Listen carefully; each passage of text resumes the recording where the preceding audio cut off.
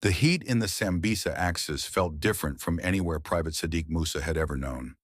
It wasn't just the sun, it was fear, thick and silent, sitting on every man in Alpha Team, 151 Task Force Battalion.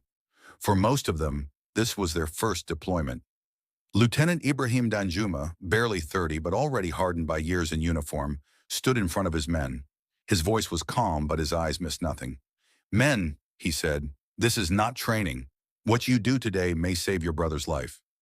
Beside Sadiq stood Lance Corporal Chinedu Okeki, tall, outspoken, always joking back in the barracks. Today he said nothing. He tightened his grip on his rifle, knuckles white. Also in the team was Corporal Abdullahi Lawal, a veteran of peacekeeping missions but new to the Northeast. He moved quietly, checking radios, tapping shoulders, small gestures that said, "I'm here." The patrol began at dawn. For hours, nothing happened. No gunfire, no movement. Just burned huts, empty villages, and the smell of smoke that never seemed to leave the air. Then it happened. A single gunshot cracked the silence. Before anyone could react, the bush exploded with sound, automatic fire, shouting, chaos. "Contact! Contact front!" Lieutenant Danjuma shouted. Sadiq froze. This wasn't the shooting range. These bullets were real. Someone was trying to kill him. Chinedu dragged him down. "Down!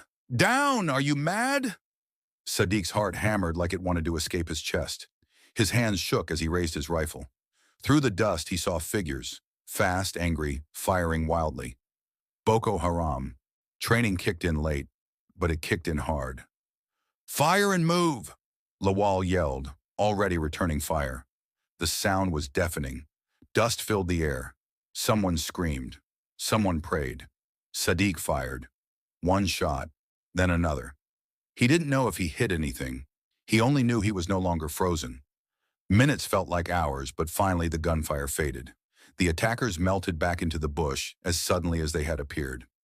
Silence returned, broken only by heavy breathing. "Check yourselves," the lieutenant ordered. Miraculously, no one was dead. Chinedu had a graze on his arm. Another soldier was shaking uncontrollably. Sadiq sat on the ground, staring at his hands. "I thought I would die," he whispered. Chinedu laughed softly, not from humor, but relief. "We all did, my brother." Lieutenant Danjuma knelt in front of them. "Today you met the enemy for the first time," he said. "You survived, you fought, and you protected each other.